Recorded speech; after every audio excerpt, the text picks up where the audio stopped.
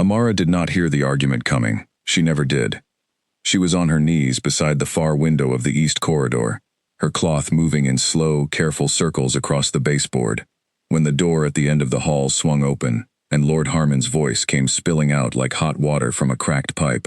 She pressed herself closer to the wall without thinking. That was something she had learned in her first month at Ashford Estate. Walls had a way of swallowing a person whole when they needed to disappear, and over 3 years she had become very good at making herself disappear into them. Lord Harmon was the head of household affairs. He was a tall man with heavy shoulders and a permanent furrow carved between his brows, the kind of man who never walked at a relaxed pace, because he had spent so many decades believing he had no time, that the habit had settled permanently into his bones. He was speaking in a low, clipped voice to someone behind him, and that voice, controlled but vibrating with something unspent at the edges of every word, told Amara that whatever was happening behind those doors was not a small matter. She had been listening to this man's voice for 3 years and 4 months. She knew every register it used and what each register signaled. She kept her head down. She kept her cloth moving in its steady circles. The door swung closed. The corridor went quiet, and stayed quiet in the way of spaces that have absorbed something significant and are holding it in the walls. She let out a slow, careful breath she had not been fully aware of holding. That was the morning of the 7th of October, and Amara would remember it later as the last ordinary morning she had for a long time. She had been a maid at Ashford Estate for 3 years and 4 months. She had come there at 19, sent by a lower city employment agency after the textile mill where she had worked closed its doors without warning or compensation, leaving its workers with nothing but the unpaid days that were owed to them and the vague promise of a reference letter that most of them never received. The estate sat on the northern edge of the Kelvery Pax territory, a sprawling property of stone and iron and old dark wood that had been standing for so many generations that it had forgotten what it felt like to be new. Every corridor had the feeling of a space that had witnessed a great deal, and was in no hurry to witness anything further. Every wall seemed to carry the weight of something older than itself. It housed the court of Alpha King Zane, the ruling authority of 6 territories, and it was staffed by close to 200 people at any given time. Maids and kitchen workers and groundskeepers and stable hands and laundry staff and senior attendants and household administrators, all of them moving through the estate in their separate streams, rivers running parallel and sometimes crossing but always maintaining their distinct currents. Amara was one of the maids. She was, in the way of all servants who learned quickly and kept their wits sharp, very good at not being noticed. She finished the baseboard, gathered her bucket and cloths, and moved on to the next section of corridor. Outside the long window, the morning was gray and cool, the kind of gray that suggested autumn had decided to take the matter seriously, and was not going to be persuaded otherwise. She could hear the sound of the groundskeepers raking the gravel paths below, the dry, rhythmic scrape of it, as regular as a clock, as familiar as her own heartbeat after 3 years of mornings in this building. The estate had a rhythm to it, a heartbeat composed entirely of small routine sounds, and she had learned to read that rhythm over time, the way some people learn to read weather. When it shifted, when something moved in the wrong register, or at the wrong time, she paid attention. It had been shifting for 3 days. She had first noticed it in the kitchen, where the senior cook, a woman named Mabel who had been at Ashford for 20 years, and who knew the temperature of every room in the estate, the way she knew the temperature of every pan on her stove, had pulled 2 junior maids aside and told them, in the careful voice she used for things that required serious handling, to stay out of the east wing after sundown until further notice. Neither maid had dared to ask why. Amara had been passing through with a tray, and had not asked either, but she had listened, and she had filed the information away, the way she filed everything that mattered, quietly, without drawing attention to the fact that she was doing it. The east wing was where the Alpha King's private apartments were located. The second sign had come the following morning, when 3 carriages arrived before dawn carrying men she did not recognize. Large men, formally dressed in the dark colors of official travel, moving with the particular kind of deliberate calm that was not really calm at all, but something trained over the top of something else. She had watched them from the upper landing window, while she was changing out the guest linen. They had gone directly inside without ceremony, without being announced, without any member of the household staff visible in the entrance to receive them with the usual formal protocols. That meant they were expected. The absence of ceremony meant what they had come for was not meant to be observed or recorded. The third sign was the flowers. On the afternoon of the third day, a delivery arrived from a florist in the city.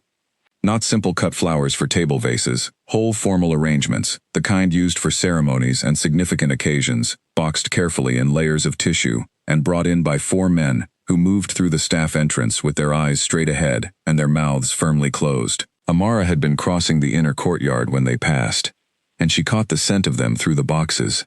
White roses, and something headier underneath, something sweet and deliberate and expensive, chosen for a purpose rather than for a moment. Flowers for a celebration, flowers for a ceremony that someone had been planning for some time. She had thought about it that night while she sat in the small room she shared with another maid named Claire, on her narrow bed with the lamp turned low, listening to the estate settle around her in the way old buildings made their adjustments to the night. Claire was already asleep, curled on her side with her dark hair across the pillow, completely unbothered by whatever was coming. Claire had a remarkable talent for unbother that Amara had quietly envied since the day they were assigned the same room. It was not that Claire was unperceptive. She was in fact quite sharp about many things. It was that she had a gift for deciding, quickly and with complete finality, that certain things were not her concern, and then setting them aside in a way that Amara could never quite replicate. Amara turned the facts over carefully. 3 carriages before dawn. Lord Harmon's low, clipped, vibrating voice. White roses in formal boxes. The east wing secured after dark. Each of these things, taken alone, was small and explainable. Taken together, they described a shape. She did not know the shape yet, but she knew its weight, and the weight told her something significant was coming. She was not afraid, precisely. She was alert. There was a meaningful difference between those 2 states, and she had learned to know the difference early, in a life that had required it of her. She was the daughter of a woman who had raised 3 children alone after their father left when Amara was 7, walking out on a Tuesday afternoon without warning or farewell, leaving behind only a silence her mother had spent years filling with work, and the fierce, quiet refusal to be destroyed by it. That woman had taught her, by example rather than instruction, that the world did not issue warnings before it changed direction. You watched for the signs of change, or you were caught off guard by them. She had decided, very early, that she preferred to be prepared. She blew out the lamp and lay back in the dark and listened to the estate breathe, and she fell asleep holding all of it, without having resolved any of it. Because some things could not be resolved until they were ready to declare themselves. The next morning, Lord Harmon called a full staff meeting in the lower hall. In 3 years, Amara had attended perhaps 4 of them, and each one had preceded a change in the shape of life at the estate. She stood near the back of the gathered staff, her hands folded in front of her, and watched Lord Harmon take his position at the front of the room, with his hands clasped behind his back, and his face arranged in the expression he used for things he expected people to receive without visible reaction. "As of this week," he said, his voice carrying clearly over the assembled staff, "Ashford Estate will be hosting the formal proceedings for the arrangement of a chosen mate for Alpha King Zane." The room did not erupt. These were not people who erupted. But there was a shift, a collective inhale, almost imperceptible, a ripple of glances exchanged between people who had worked alongside each other long enough to communicate, without making obvious movements. Amara felt it move through the group like a current in still water, present, clear, quickly gone. Lord Harmon continued. A lady had been selected by the Council of Elders, in consultation with the Alpha King himself. Her name was Lady Seraphine. She came from one of the most established pack families in the vassal territory, which had maintained a formal alliance with the Kelvery line across 4 generations of rulers. The arrangement had been under serious consideration for some time, and had now entered the formal proceeding stage. Lady Seraphine would arrive within 3 days. All staff were expected to maintain the highest standard of professionalism and absolute discretion during this period. Any questions about specific duties should be directed to his office in writing, not raised in open conversation. He nodded once and left. The room let out its collective breath. Around Amara, quiet conversations started like small fires. She did not join any of them. A chosen mate arrangement was not the same as a true mate bond. A true mate was found, not arranged, recognized by the wolf inside without negotiation or forethought. A chosen mate was a deliberate selection, built on compatible bloodlines, and territorial advantage and mutual interest.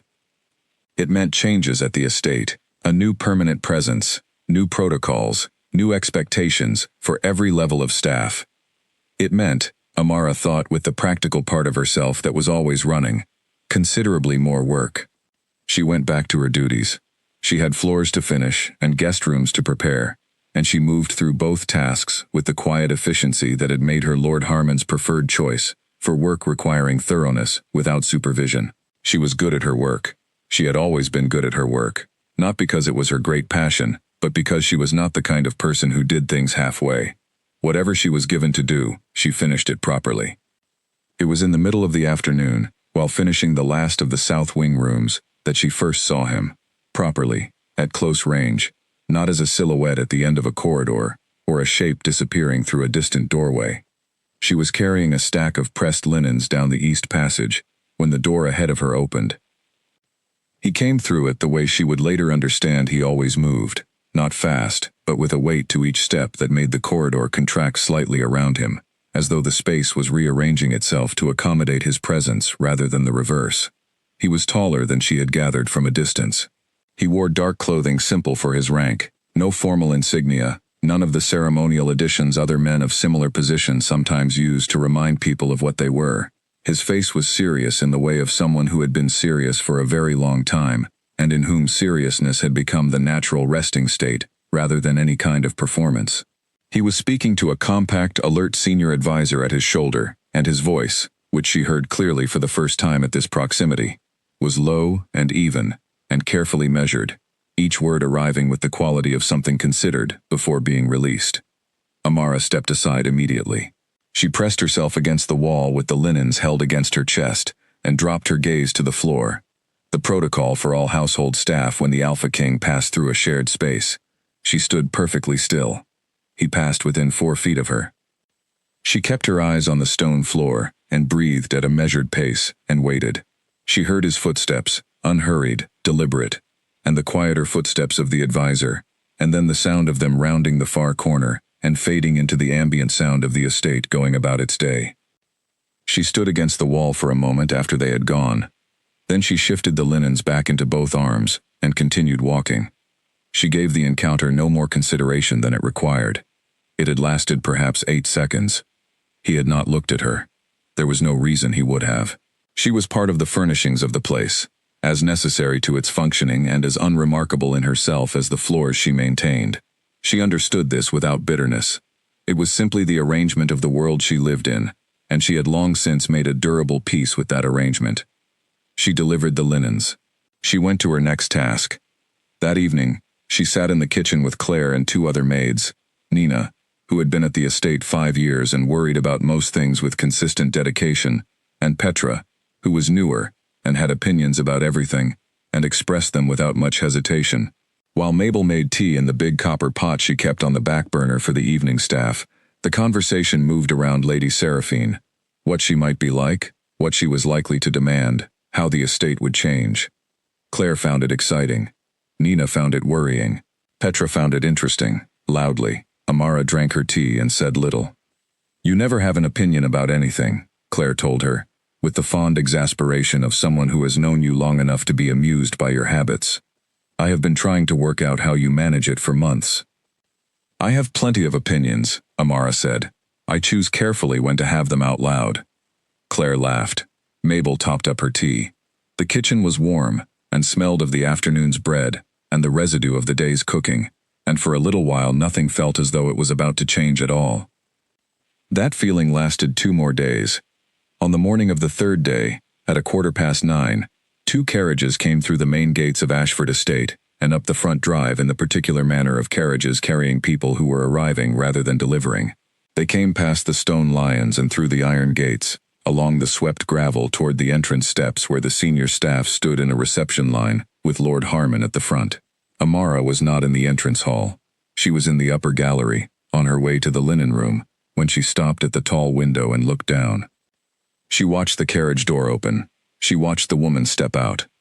Lady Seraphine was, by any standard Amara understood, striking. She was tall, and moved with the controlled, absolute ease of someone who had spent a lifetime being observed, and had adjusted to the observation so completely that the adjustment was invisible. She wore deep burgundy that was rich without being elaborate, her dark hair arranged in a style that appeared effortlessly simple and had clearly required significant effort, her face composed with the precision of someone who had decided exactly how they wished to be seen and was maintaining that decision without effort. Her eyes moved over the estate as she stepped from the carriage, not the curious sweep of someone encountering something new, but the deliberate assessment of someone calculating the value of what they were being given. It lasted perhaps 10 seconds, and then her attention moved to Lord Harmon, and she said something to him, and he nodded immediately. She walked inside. Amara watched the window until the carriages had been moved, and the drive was clear. Then she picked up her linen stack and continued toward the linen room without pausing. She told herself this was a change in household arrangement, and her job was to adapt to it efficiently, without complaint, without making herself conspicuous. She was very good at that. She did not know, walking down the linen corridor with the pressed sheets in her arms and the pale autumn light through the long window, that by the end of the week, Lady Seraphine would have pointed at her specifically and spoken the words that would take the careful, quiet life Amara had built at Ashford Estate and redirect it completely, the way a stone dropped in still water redirects every part of the water outward from where it falls. She did not know any of that yet. She just walked and did her work, and the estate continued around her. The groundskeepers raked the gravel in their dry, rhythmic way. The white roses in the entrance hall below opened slowly in the warmth of the estate fires, unfurling in the centrally heated air, as though they had always been there. Only the flowers were new. Only the flowers, and what was quietly, irrevocably, already coming. The knock on Lord Harmon's office door came at 10 minutes past 8 on a Tuesday morning, and the hand that made it belonged to Amara. She had been summoned specifically, which was unusual enough to activate the part of her that paid close attention to unusual things. In 3 years and 4 months at Ashford Estate, she had been called to Lord Harmon's office exactly twice, once when she first arrived to receive her duties and room assignment, and once 18 months ago when he had asked her to take on additional hours during a period of staff illness. Both conversations had been brief, informational, and concluded within 10 minutes. She had left each one knowing exactly where she stood. She knocked in the measured, clear way she knocked at any door, not tentative, not demanding, simply present and ready, and waited. "Come in," said Lord Harmon. She pushed open the door and stepped inside. The office was organized in the particular way of Lord Harmon's mind, papers in orderly stacks, a pen placed exactly parallel to the edge of the blotter, everything in its designated location, as though the room itself were a document that had been correctly formatted. He was seated behind his desk. Standing to his right was a young woman she had not seen before, sharp-featured and composed, with the posture of someone who had been standing at attention long enough that it had become her natural position. And seated in the chair beside the window, with her back very straight, and her hands folded neatly in her lap, and her eyes moving to Amara the moment the door opened, was Lady Seraphine. Amara stopped at a correct distance from the desk. She stood straight and kept her expression level and waited, because waiting for the other person to establish the purpose of a meeting was always more useful than trying to fill the space yourself. Filling space was something people did when they were uncertain or trying to demonstrate something. She was neither. "Amara," Lord Harmon said, with the careful precision he used when he had prepared what he was about to say and did not want to need to repeat any of it. "Lady Seraphine has made a specific request regarding her personal staff arrangements." Lady Seraphine did not look at Lord Harmon as he spoke. She was looking at Amara, and her gaze was the kind that went over a person the way you might go over a room you were considering rearranging. Comprehensive, unhurried, and not unkind exactly, but entirely without warmth, entirely concerned with function rather than feeling. "You have been with the estate for 3 years," Lady Seraphine said. Her voice was smooth and precise, each word arriving with care, nothing wasted on anything it was not intending to accomplish. "Lord Harmon speaks well of your work." Amara said nothing, because nothing had been asked. Lady Seraphine appeared to find this appropriate. Something small moved at the corner of her mouth. Not a smile, but its architectural placeholder. "I prefer a personal attendant who is experienced, discreet, and capable of maintaining high standards without the need for constant supervision. You have been identified as someone who meets those requirements." Amara kept her face still. She was already understanding where this conversation was going, already calculating the practical implications with the organized part of her that ran those calculations continuously. She kept all of that behind her expression. "You would be reassigned from your current duties, effective this afternoon," Lord Harmon said. "You would take on the role of Lady Seraphine's personal attendant. It is a position of considerable responsibility, and represents a formal change in your household standing." A formal change in your household standing.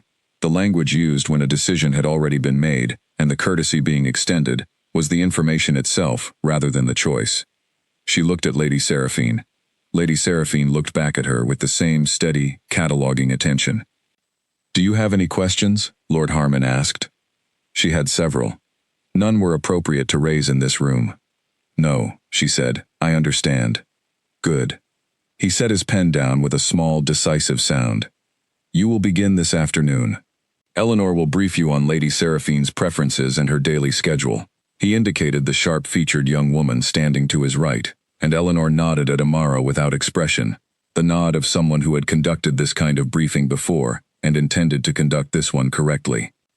Amara glanced once more at Lady Seraphine.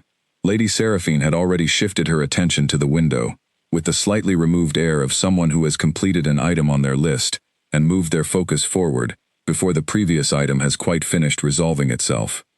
Amara left the office and pulled the door closed behind her with the quietness she brought to every physical action.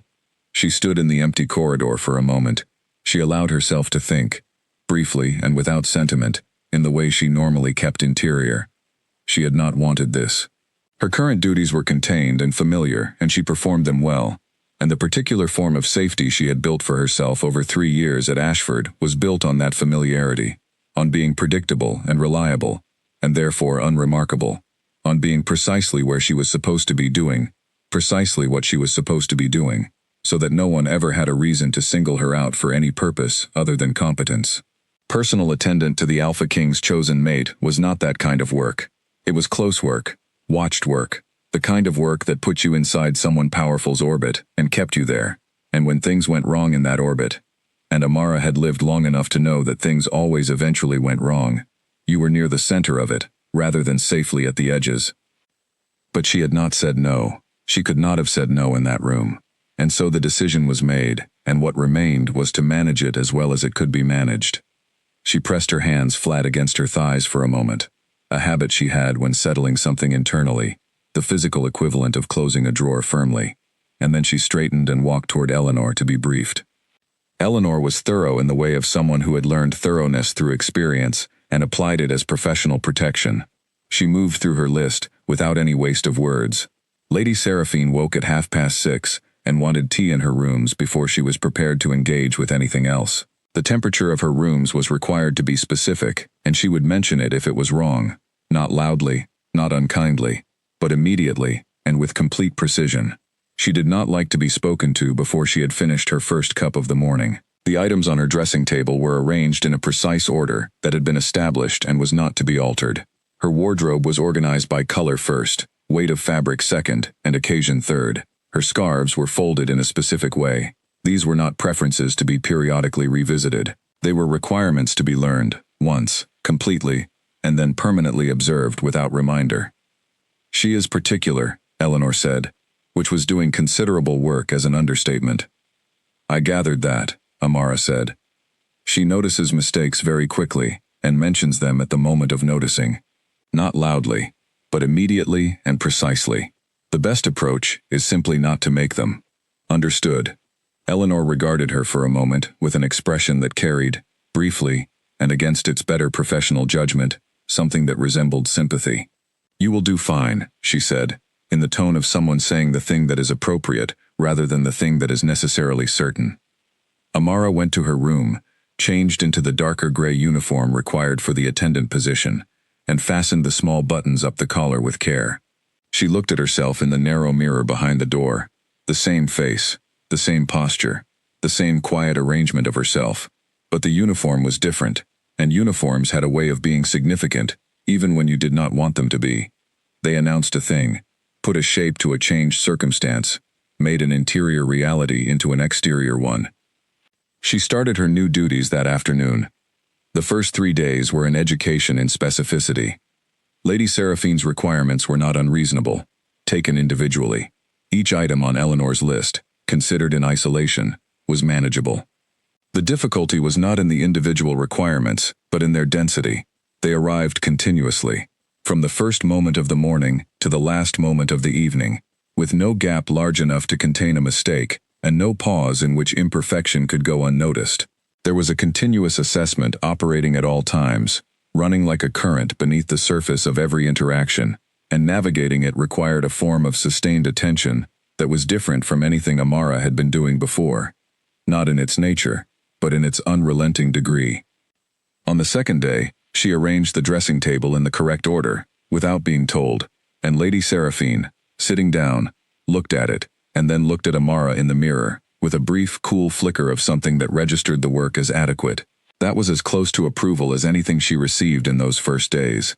On the third morning, she arrived 1 minute late with the first tea, because a junior maid had left the tray in the wrong corridor, and she had lost 60 seconds locating it. Lady Seraphine looked at the clock when she brought it in, and then she looked at Amara, and she said, in exactly the same smooth, measured voice she used for every other communication, 1 minute late. "I apologize, my lady," Amara said. Lady Seraphine said nothing further. She picked up the cup, but the look she gave Amara over the rim of it as she lifted it was the look of someone adding a data point to a set that was not being compiled to Amara's benefit. She was careful after that to be early by at least 4 minutes. She began to understand the particular quality of Lady Seraphine's attention, the way it operated at a low, steady frequency at all times, cataloging and assessing everything within its range, finding the places where things could be tighter or more precise. It was not cruelty in any simple or gratuitous sense. It was something more deliberate than that. Lady Seraphine treated the people around her the way she treated every other element of her environment, as things that existed to perform functions, which meant they were required to perform those functions without error, and when they fell short, the shortfall was material and would be addressed. Amara managed this the way she managed most things that were difficult, by doing the work very well, and keeping the significant majority of herself somewhere interior, and sealed off where no one else could reach it. She had been maintaining that sealed interior space for so long that it was less a discipline than a condition of her existence. What she had not fully anticipated was how much proximity the attendant role would place her in with the rest of the household. Lady Seraphine was not a woman who stayed in her rooms when she could be visible elsewhere. She moved through Ashford Estate with deliberate, continuous visibility, attending council briefings and formal events and afternoon walks through the grounds, establishing her presence in every room, as though her presence in each space were an item on a list being systematically completed. Wherever Lady Seraphine went, Amara was required to follow, at a specific distance and angle, present and available and unobtrusive but always there. This meant that Amara, who had spent 3 years successfully limiting her visibility to the corridors and workrooms of her assigned duties, now moved through the entire estate every single day. She stood outside the council briefing room. She walked the grounds in Lady Seraphine's wake through the cool, damp October afternoons. She attended the formal dinners, and stood near the wall through the full duration of them, watching the room with the sustained, steady attention that her position required. It was during one of these dinners, on the 5th evening, that she first became properly aware of Alpha King Zane as a person, rather than as a distant abstraction that existed on the other side of the estate. He was at the far end of the long, formal table. The men around him were talking with the energy of people accustomed to the volume of their own importance. He listened. He said very little. When he did speak, it was a precise question, directed and brief, answered, and then moved past without ceremony.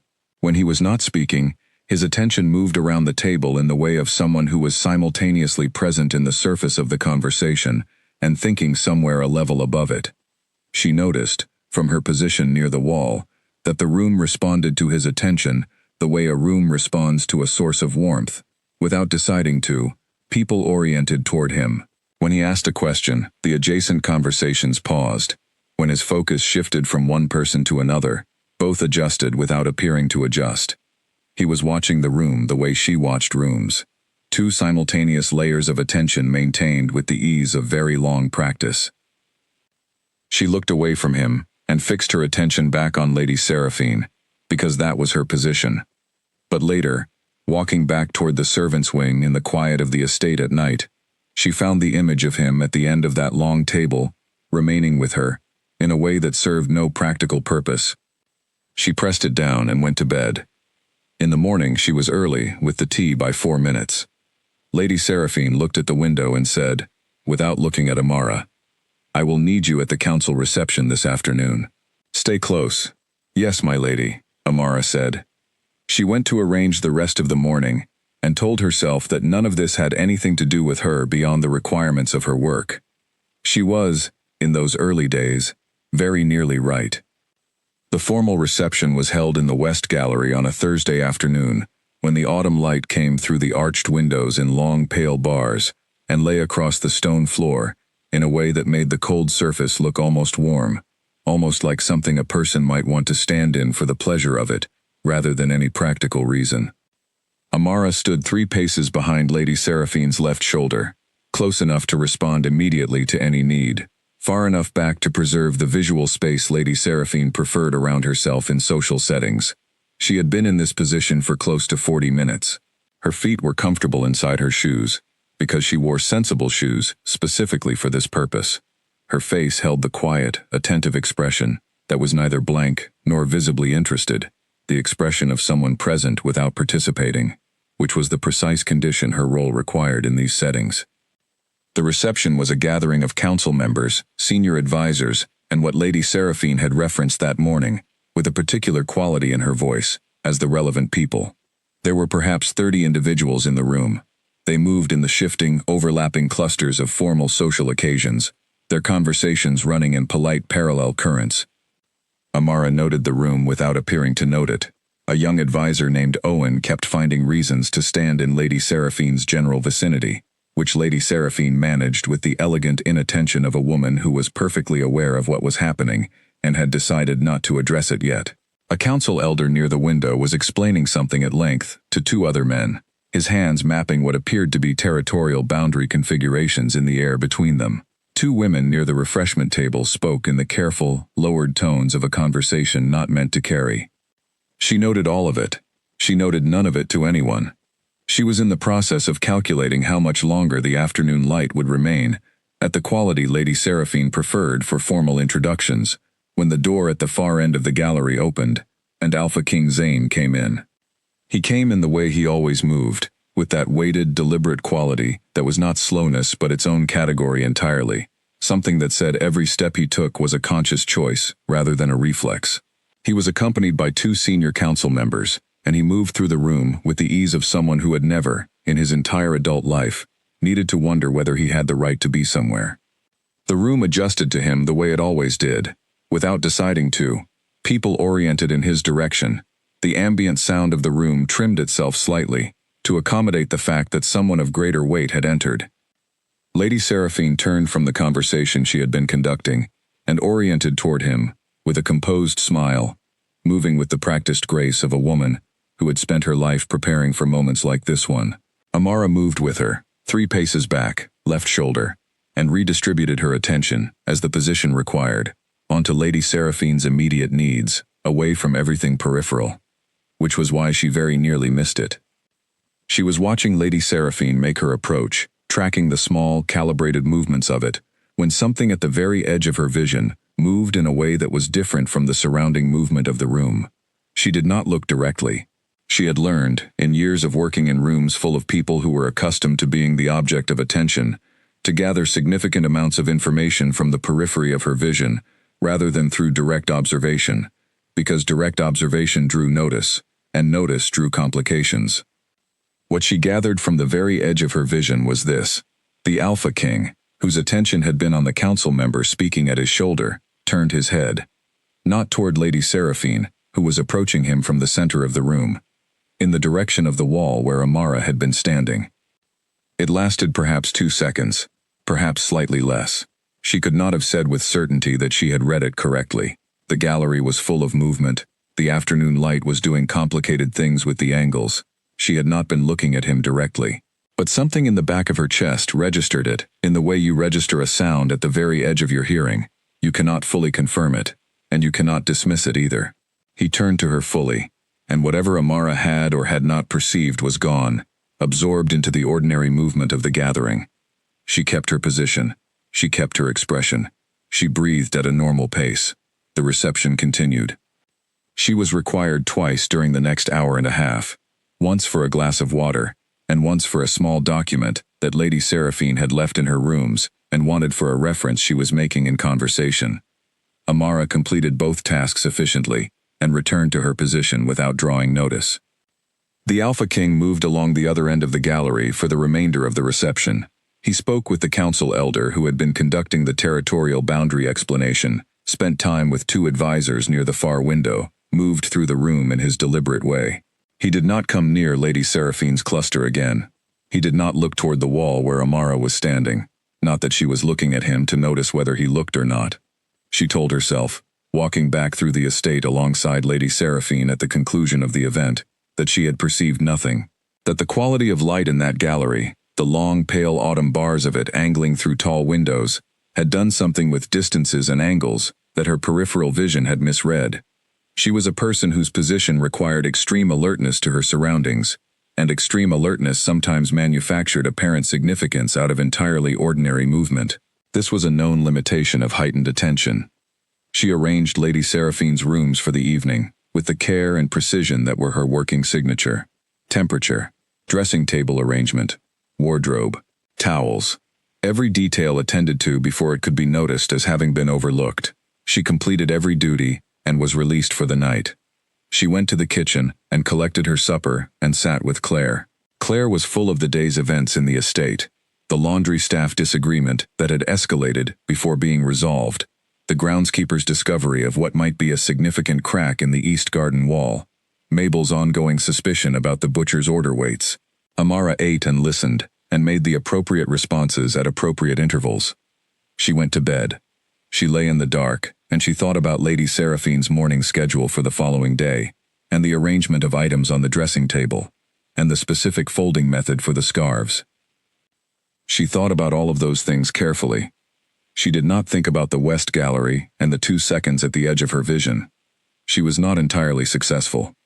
She lay in the dark for longer than usual before she slept. In the morning she rose early and started the day, and told herself it was a different day. She was very disciplined. She was beginning to understand, in those days, that discipline and not caring were two different things, and that she had been confusing them for a long time without fully knowing she was doing it.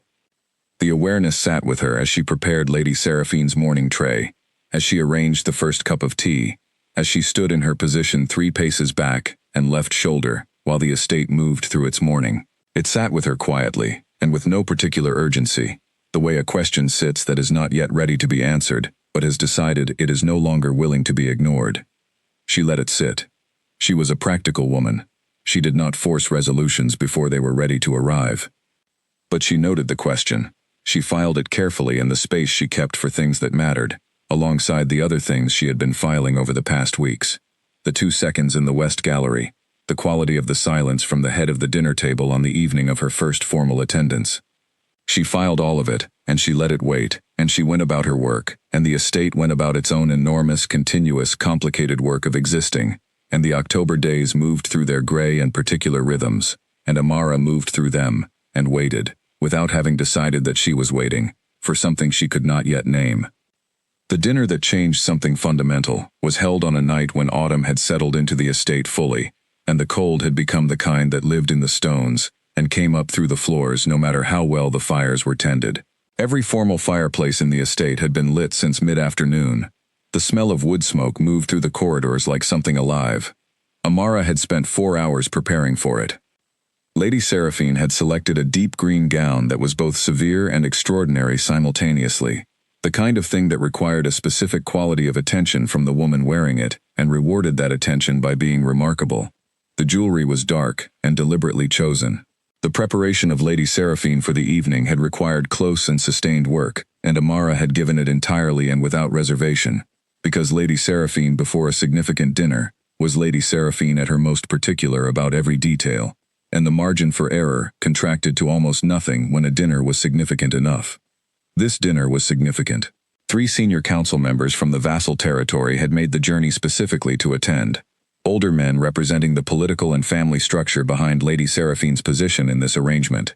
Men who were here to observe and confirm that what was being set in motion was proceeding correctly and to the standard their investment warranted. The importance of the evening had been communicated to Amara that morning, with the particular clarity Lady Seraphine achieved, when something mattered enough that she did not want to leave any part of the communication open to interpretation. Perform without error. That was the communication in 3 words. Amara had understood it fully, and without any ambiguity. She stood in the formal dining room in her position, 3 paces back, left shoulder, and she watched the table with the steady, calm attention of someone doing exactly what they had been placed in this room to do. The room was warm from the fire at the far end, and the covered dishes on the sideboard. The candles burned steadily in the silver holders, filling the room with a quality of light that required maintenance. She had already made one quiet adjustment to a candle listing toward its neighbor, during the brief window before the guests sat down. The 3 vassal council members were positioned to Lady Seraphine's right. They were older men with the formal bearing of people who had spent their professional lives inside structures of authority and been shaped by those structures into the men they now were. Careful, deliberate, assured in the particular way of people who have never had to question whether they were in the correct room. They spoke to Lady Seraphine with the studied courtesy of men conducting an assessment disguised as social engagement, checking on the return from a significant investment, confirming that what they had sanctioned was presenting itself at the required standard. Lady Seraphine managed this with complete and absolute competence. She was composed and engaged and calibrated to the precise register the occasion required, contributing to the conversation with intelligence and wit and the kind of warmth that was genuine enough to read, as genuine and controlled enough to be strategic. Whatever Amara's experience of Lady Seraphine in the private setting of her rooms, in a formal dinner she was exceptional. It was impossible to observe her and not acknowledge it. Alpha King Zane was at the head of the table. He was speaking with his senior advisor, Doran, a compact, quietly alert man who had been at the estate for 12 years, and who moved through rooms with the particular invisibility of someone whose job was to be present and useful without ever drawing notice to himself. The conversation at their end of the table was quiet and intermittent, the kind of exchange that happened between 2 people who had worked together long enough that silence between them was comfortable, rather than something that needed to be filled. For the first hour, the dinner proceeded without difficulty. Courses arrived and were cleared. Conversation moved through multiple currents simultaneously across the table's length. Everything was as it should be. It was in the second hour that Lady Seraphine began to tell a story. It was addressed primarily to the vassal council members, delivered in the elevated carrying register she used in formal social settings when she was performing for an audience, while maintaining the surface of casual conversation. The story was about arriving at the estate and adjusting to new surroundings, a light, charming anecdote about learning new household customs and getting oriented in an unfamiliar environment. Woven through the center of it, placed with the precision of someone who had learned to embed these things so smoothly that they read as incidental rather than intentional, was a small and deliberate point assigned to the attendant. The outer setting, placed one position too far to the right. A confusion about the formal service style appropriate for vassal guests. She framed it as her own amusement, at a small domestic imprecision, the kind of thing one learned to expect when staff were adjusting to new requirements. She did not look at Amara as she said it. She had no need to. Everyone at her end of the table understood perfectly who the attendant was, and where the attendant was standing, and the comment landed on Amara with the accurate, unhurried precision of something thrown by someone who had aimed carefully and was confident in the throw. Amara did not move. She did not shift her weight. She did not change the arrangement of her face by a single line. She stood in her position and absorbed the comment by placing it immediately in the sealed interior space and pressing the lid down firmly, and she continued to breathe at a normal pace, and she remained exactly where she was required to be, and performed exactly what her position required of her. One of the vassal council members made the brief, polished sound of polite amusement. Another smiled into his glass with the comfortable ease of someone who finds the small elevation of himself, by extension, at another's slight expense to be pleasantly comfortable. Lady Seraphine moved the conversation forward with the ease of someone who has placed a thing exactly where she intended it to go, and is now finished with that particular placement. Amara stood and waited to be needed. She was needed twice during the next section of the dinner, once to refill a water glass, and once to bring a small decorative salt dish from the sideboard that had been forgotten in the setup. Both tasks completed correctly, both times back to her position. She did not know, could not see it from where she stood, across the length of the table, and the people filling the space between herself and the head of it. She did not know that at the head of the table, Alpha King Zane had stopped mid-sentence. Not dramatically. Not in any way that drew anyone's attention. He had simply stopped, the way a mechanism stops when it has registered something that requires the full management of a response before it can proceed.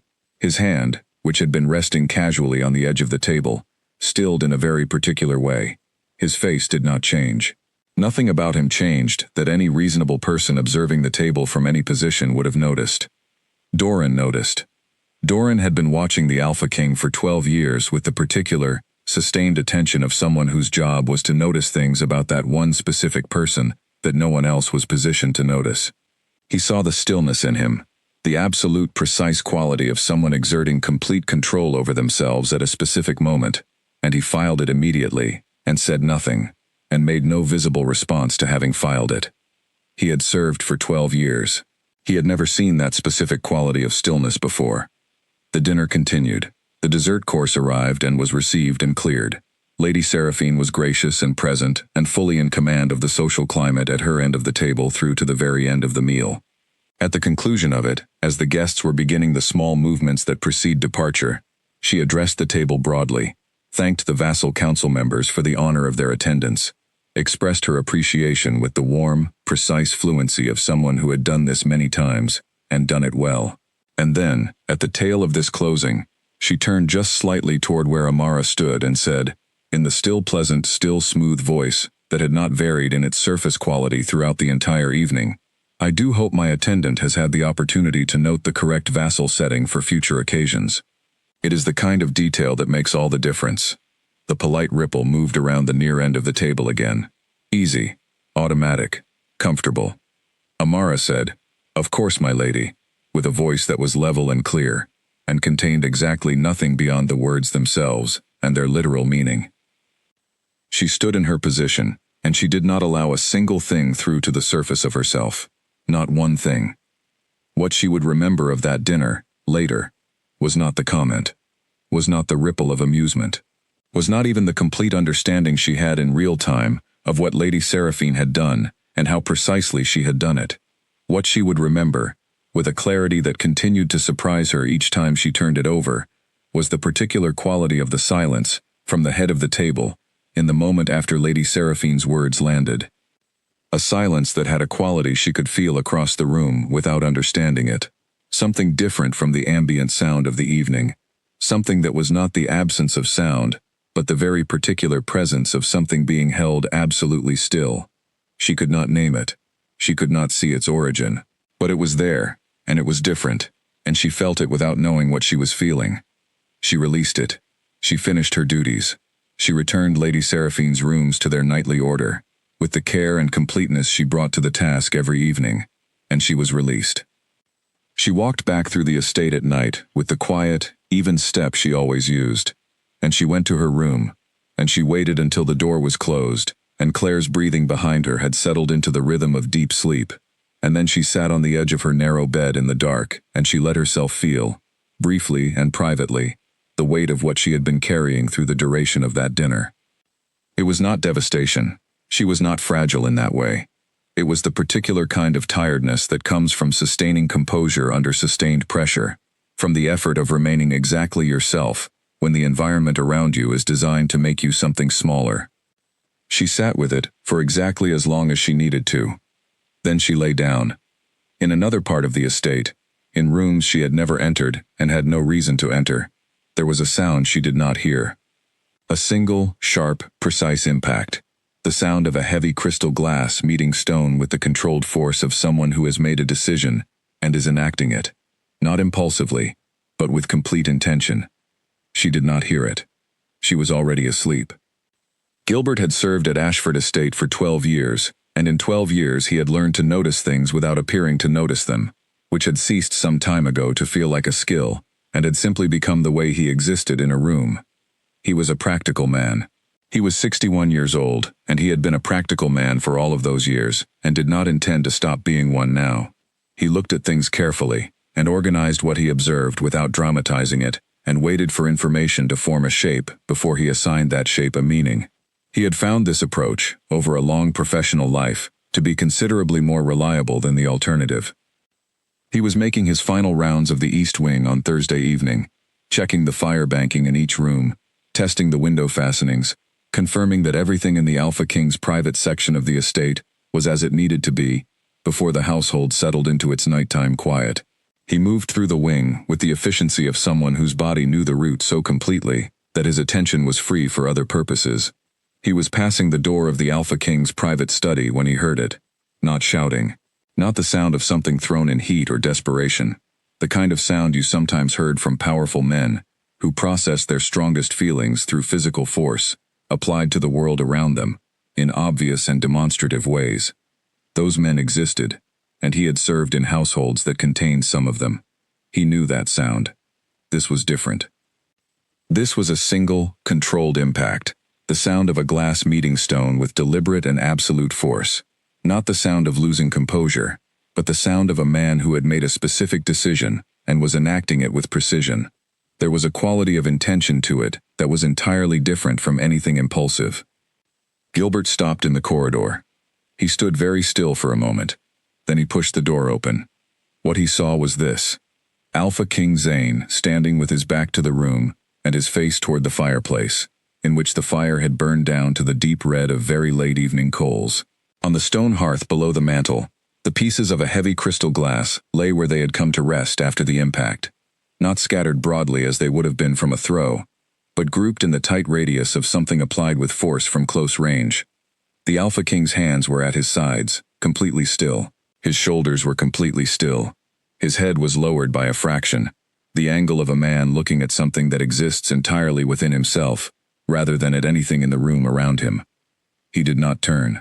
He did not speak. Gilbert stood in the doorway for 3 seconds.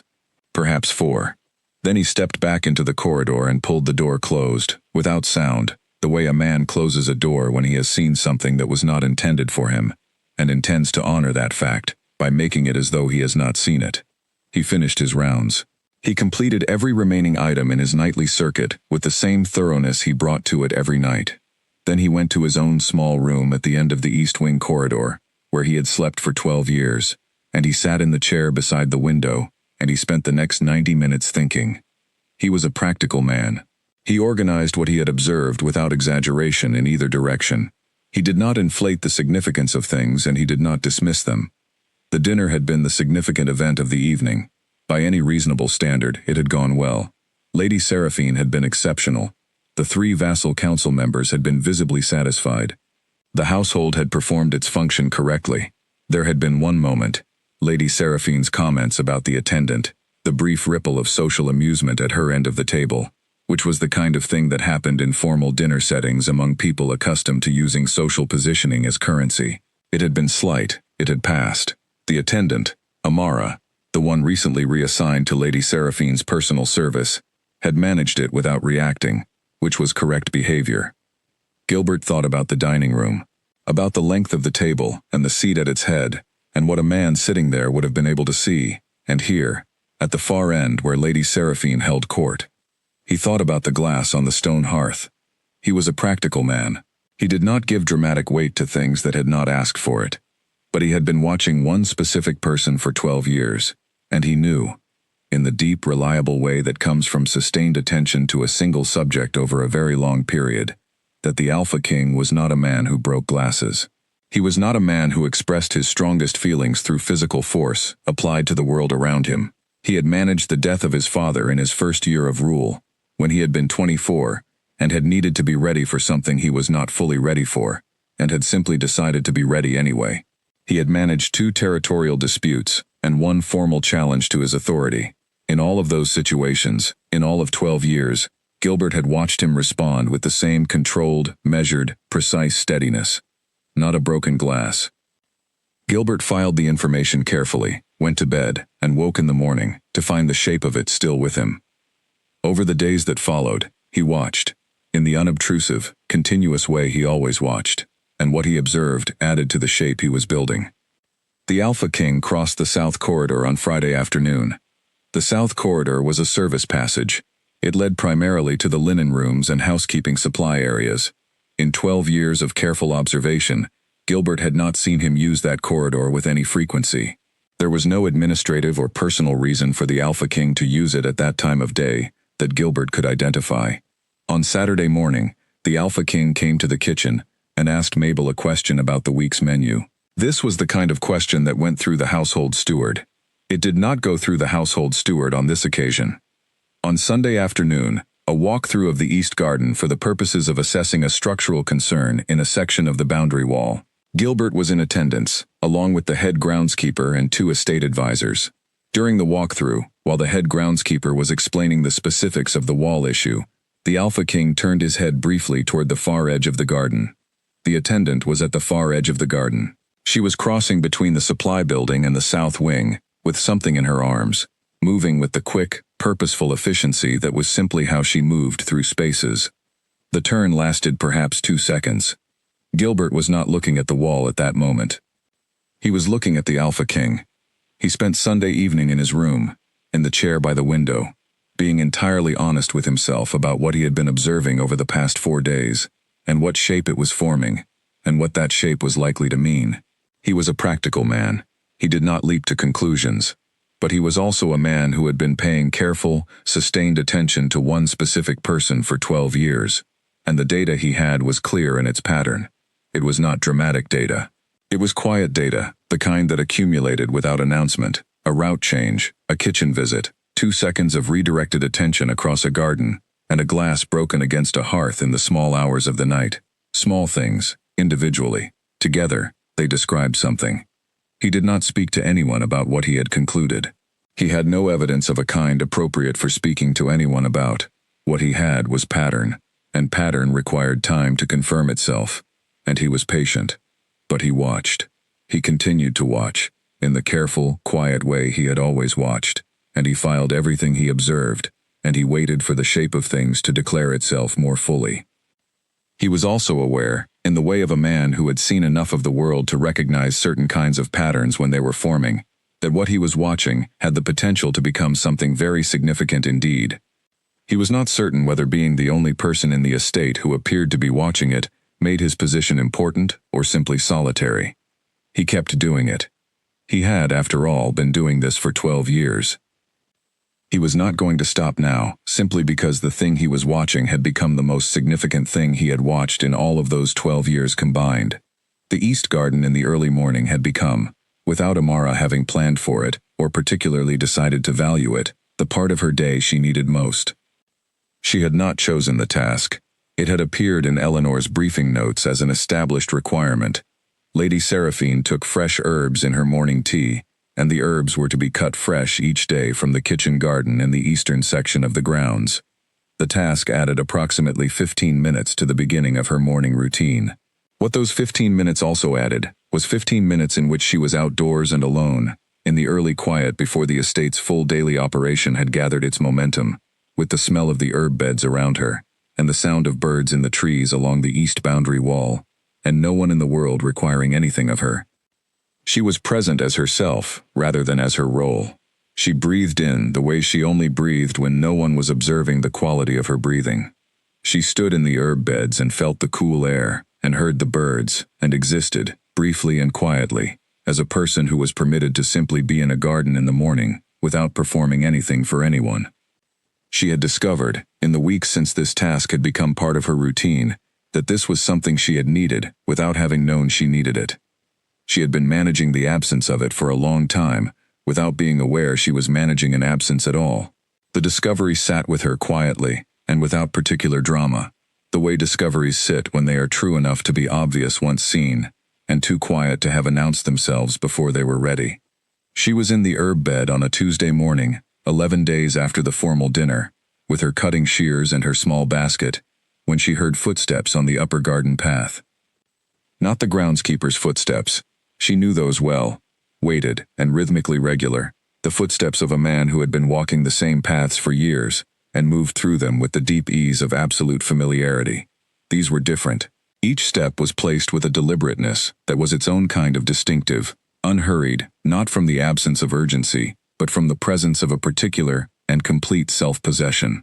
The footsteps of someone who moved through any space they occupied, as though they had always had the right to be in it, and did not need to establish that right, because it was simply beyond question. She knew before she looked up. She looked up anyway, because the alternative was to stand with her head down in the herb bed and pretend she had not heard, and pretending not to hear things directly relevant to her situation was not a habit she found useful. Alpha King Zane was on the upper path, the path that ran along the elevated section of the east garden, connecting the private terrace attached to his wing to the main garden gate. It was the direct route between those 2 points. He had presumably walked it before.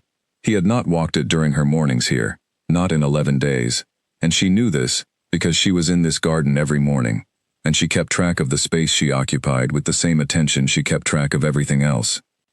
He saw her at the same moment she raised her eyes. There was no avoiding it. She was standing in the middle of the herb bed in the full, pale, early morning light, and the garden between them was open and unobstructed. She set down the cutting shears and straightened and lowered her head into the posture of a member of staff encountering the Alpha King in a shared outdoor space, present, correctly arranged, waiting for the moment to resolve itself and pass. His footsteps stopped. She kept herself still. "Stand up," he said. At this distance, in the open air of the morning, without the buffer of a room full of people, and the ambient sound of an occasion, his voice was different than she had heard it in formal settings. Not different in tone, the same level, measured register, but simply more present, more itself. There was nothing between them and the sound of it. She straightened.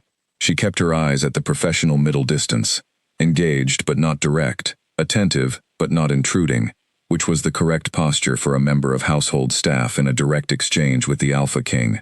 He did not speak immediately after she straightened. She became aware, in the careful peripheral way she was always aware of the space around her, that he was looking at her, not the brief, passing attention of someone moving through their environment and registering the people in it as part of the general furniture of a space, but something more deliberate, something that was aimed, specifically, at her, with the quality of something that had been waiting for an opportunity to be aimed, and had found one. "What is your name?" he said. The question required an answer, and she gave it directly. "Amara, my lord." A brief silence. Not an uncomfortable one, more the quality of someone placing a piece of information somewhere specific, somewhere they had already prepared for it. She heard him say it, once, quietly, to himself, or perhaps to the morning air between them. The word placed as though he were confirming a location, verifying something he had already known. "You are Lady Seraphine's attendant," he said. "Yes, my lord." Another pause, brief and considered. "How long have you been at the estate?" 3 years, my lord." "And before that?" The question arrived quickly enough that she answered it before she had time to run it through the usual internal process of deciding what to say and how much to say. "I worked in a textile mill in the lower city. It closed." The silence that followed this answer was different from the previous silences. She could not have defined precisely how, only that it had a different quality, something that felt, from the edge of her attention, like something being held, like something being recognized as significant and treated accordingly. "Continue your work," he said. His footsteps resumed. She heard them move along the upper path, steady and unhurried, and she stood in her position until the sound of the garden gate opening and then closing told her he had passed through it. She stood there for a moment after. The garden was entirely unchanged. The herb beds were as they had been. The birds in the east wall trees were doing their ordinary, indifferent morning work. The light was the same pale, early, steady thing. She picked up the cutting shears. She cut the herbs she had come to cut, the specific quantities she had long since memorized. She filled the small basket. She walked back inside, and she moved through the rest of the morning's preparation with the precise, attentive care she always brought to it. She prepared the first tray for Lady Seraphine's morning tea. She arranged the tray correctly and carried it to the door. She knocked. She waited.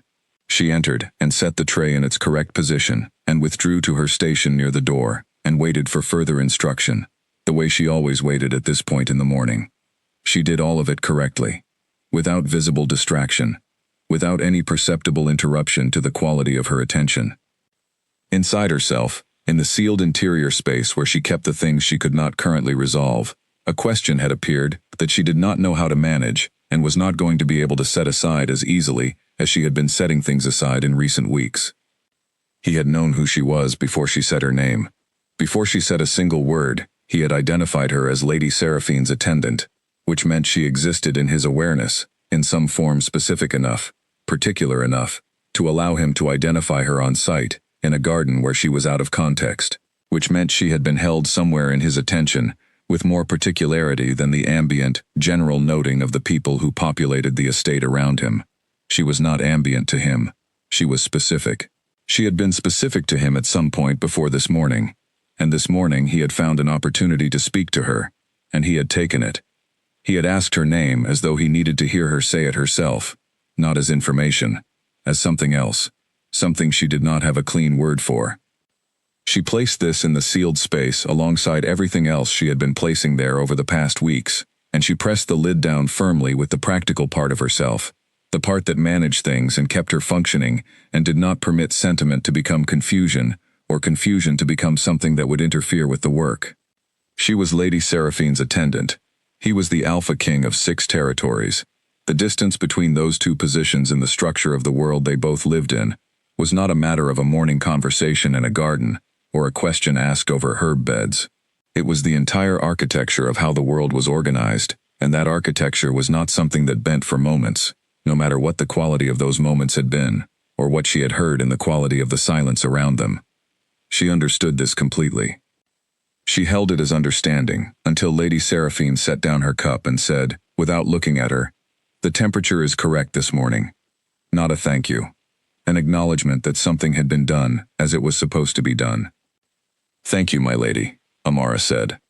She went to begin the rest of the morning preparations, and she did not let herself think about the garden again until she was alone, and when she was alone, she thought about it briefly and then placed it away. She was very disciplined.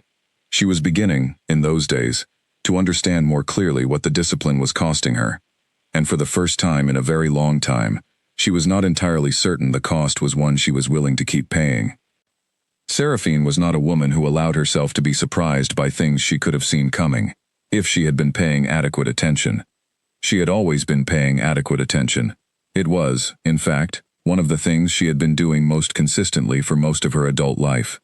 She had grown up in a household where the gap between what was actually happening and what people wanted you to believe was happening was a space that could be used against you very efficiently if you were not vigilant about it, where surprise was not simply inconvenient, but actively dangerous to your position, and where being caught off guard was not an accident, but a failure of observation.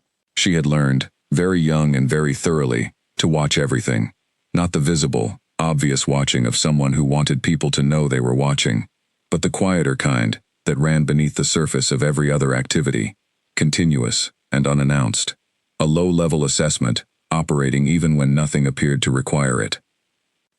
She had been watching Alpha King Zane since the day she arrived at Ashford Estate, because watching him was not optional. Her entire situation here was contingent on understanding him accurately, on reading the reality of the arrangement she had entered and calibrating her conduct to that reality. She was not naive about what a chosen mate arrangement was, and was not. She had accepted its political character because she was pragmatic, and because the alliance was genuinely beneficial, and because she had permitted herself this one private acknowledgement. She had found him, on acquaintance, to be someone she could respect, which was more than the arrangement had required, and considerably more than she had guaranteed herself. She watched him. She had been watching him with the same continuous, low-frequency assessment she applied to everything in her environment that was significant. The route change on Friday afternoon she noted, and held, without drawing a conclusion. One data point was not a pattern, and she did not build conclusions on single data points. That was how people got things wrong.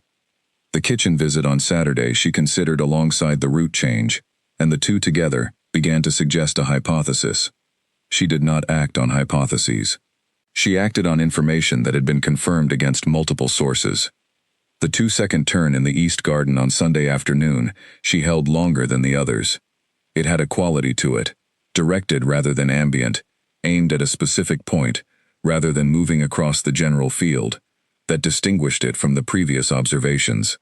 She had been on the walkthrough, at the appropriate distance, watching with the attentive but uninvested quality she had perfected for situations where she wanted to observe without being seen to observe.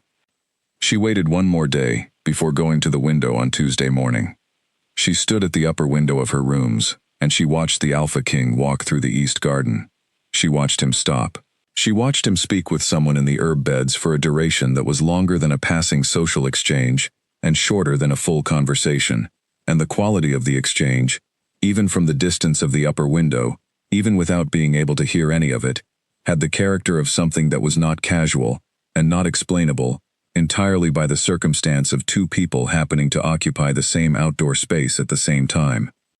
The someone in the herb beds was Amara. Seraphine stood at the window for a long moment after the Alpha King had passed through the garden gate and the attendant had returned to her work. She was very still in the way she was still when she was thinking about something with complete seriousness, when she was calculating rather than merely processing, when the stakes were high enough that she was being absolutely honest with herself about what she was looking at. She knew wolf biology. She was from a strong pack family. She had grown up understanding the difference between a chosen arrangement and the wolf's own recognition, because the difference was fundamental, not a matter of degree, but of kind. A chosen arrangement could be built into something real and lasting. She had believed, coming here, that she and the Alpha King had the raw materials for that. She had still believed it, until Tuesday morning. What she was looking at now, through the window, through the quiet of the East Garden after both its participants had left it, was the probability that his wolf had already made a different determination from the one the council had made on his behalf. And his wolf, unlike the council, was not interested in treaties or territorial alliances or the management of political relationships across 6 territories. His wolf was interested in exactly one thing, and had apparently found it. She turned this over for the rest of Tuesday, with the cool, organized part of her mind that she maintained at a useful remove from feeling. She attended her scheduled meetings. She managed her correspondence. She walked the grounds in the afternoon, and was present and correct in every situation she moved through. She did not allow interior concerns to leak into exterior performance. That was a principle she had never violated. What she was doing, underneath all of it, was calculating. Her position here was not yet fully formalized. The proceedings were advancing but had not reached completion. There was still a period in which adjustments could be made by someone who moved with sufficient precision and timing. The attendant was capable and discreet, and had done nothing wrong. She was, by any observable measure, performing her duties correctly and without fault. She had done nothing to engineer this situation. It had simply arisen around her, the way certain things arise around people who are exactly what they are without apology or management, and now here it was, and something needed to be done about it. That, Seraphine thought with the precision she applied to everything, was the whole of the matter. She called Eleanor to her rooms that evening and gave her a specific task, a thorough review of the attendant's performance over the past 2 weeks, with attention to any deviations from the standards that had been established. Eleanor was thorough. Standards, when examined with sufficient specificity, always produced findings. That was the nature of high standards. They created, by their very elevation, many ways to fall slightly short of them. She made her plans. 2 days later, she raised the matter at a council meeting. A simple administrative point about household staffing standards during the formal proceeding period. She recommended, in measured and professional terms, that the attendant currently assigned to her personal service be reassigned to the outer grounds service. She gave legitimate reasons. The framing was impeccable. From any external viewpoint, it was an entirely sensible and routine administrative request. Lord Harmon began to process it as such. She waited. Decline the reassignment. Alpha King Zane's voice. Level. Clear. Landing in the room with the weight of something that had already been decided, and did not require justification, and did not expect any to be requested. She looked at him. He looked at Lord Harmon. 2 seconds of absolute stillness followed, in which everyone in the room understood with complete clarity what had just happened, and no one said anything at all about what it meant. The current assignment stands, he said. Yes, my lord, Lord Harmon said immediately, in the tone of a professional who recognizes a closed matter, and is relieved to have recognized it quickly. The meeting moved to the next item. Seraphine sat with her hands folded in exactly the same position they had been in before his intervention, and her face in exactly the same formal arrangement, and she breathed at a perfectly normal pace, and she processed what had just occurred with the comprehensive, unflinching accuracy she brought to all information, regardless of its comfort. She had moved. He had countered. He had done it openly, in front of witnesses, without a single word of explanation or justification.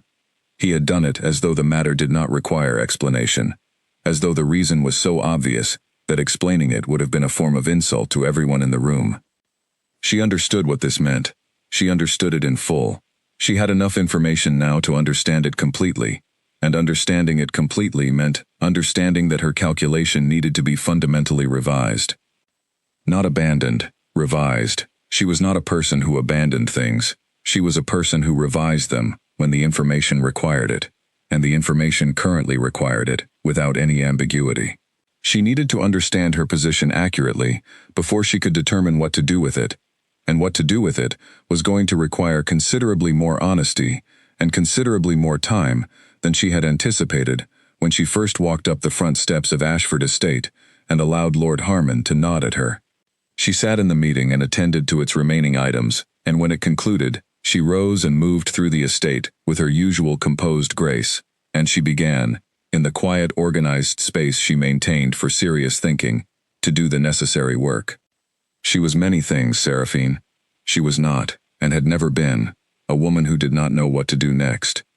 But she was also not a woman who pretended she knew what to do next when she did not, because pretending was a form of inaccuracy, and inaccuracy was something she could not afford. She was going to take the time she needed. She was going to figure it out. The corridor outside the private council room was shorter than Amara had expected, and very quiet. She stood outside the door on a Thursday evening, and she held herself the way she always held herself, still, straight, her breathing even and unhurried, and she knocked 3 times, in the measured, clear way she knocked at any door, not tentative, not demanding, simply present and ready. "Come in," said the Alpha King. She pushed the door open and stepped inside. The room was smaller than she had imagined. It had a fireplace burning at the low, steady level of a fire that had been well tended earlier in the evening, and was now settling into something lasting, and a long table with nothing on it, and chairs arranged along both sides. The room had been cleared of its usual working materials, no papers, no documents, none of the administrative evidence of decisions being made and recorded, and this absence gave it a quality that was less official than it usually carried, more personal, the way any space becomes more personal when you strip away its professional purpose and leave only the walls. The Alpha King was standing near the fireplace. He was not in formal dress. He was in the plain dark clothing he wore when moving through the estate without ceremony, and combined with the empty table and the absence of advisors, the space felt less like a place where things were decided formally, and more like a place where things could be said honestly. That was an unusual quality for a room in this estate. She stopped inside the door at a correct distance, and stood in the posture she used for direct exchanges with the Alpha King, present and attentive but not encroaching. "Close the door," he said. She did. He turned from the fireplace to face her fully. She kept her eyes at the professional middle distance. "I want to speak with you directly," he said, "without the mediation of our respective positions. I recognize that the arrangement between us makes that difficult. I want to try anyway."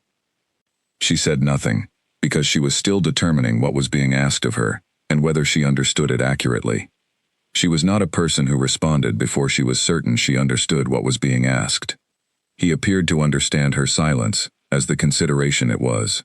He moved to the long table and rested one hand on the back of one of the chairs, not sitting, simply standing, with that physical contact, as though it were a way of grounding himself in the room. He looked at the surface of the table for a moment before he looked at her. "You are aware," he said, "that a request was made to have you reassigned from your current position." "I was not informed of it officially," she said, "but I had perceived something developing. Lady Seraphine's manner toward me has shifted in specific ways over the past week, and I noted the shift.